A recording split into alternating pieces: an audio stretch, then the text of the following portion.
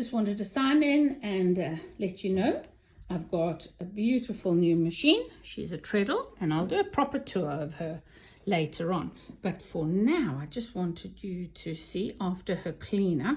This is Safiya, and it's an Egyptian name to go with the gorgeous Egyptian theme on the machine. She's a 27K model Singer from 1900, and I've given her a clean and threaded her up.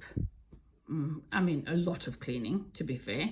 Some rust cleanup as well. There's a bit of marking on here that needs to be done a bit more, but the rust is all gone. So, and I wanted to just show you her working. So, try and keep this straight. There you go. Can't believe it. All I had to do was adjust the tension.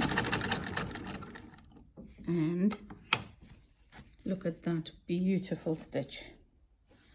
Absolutely brilliant. And on the back as well. No white showing through.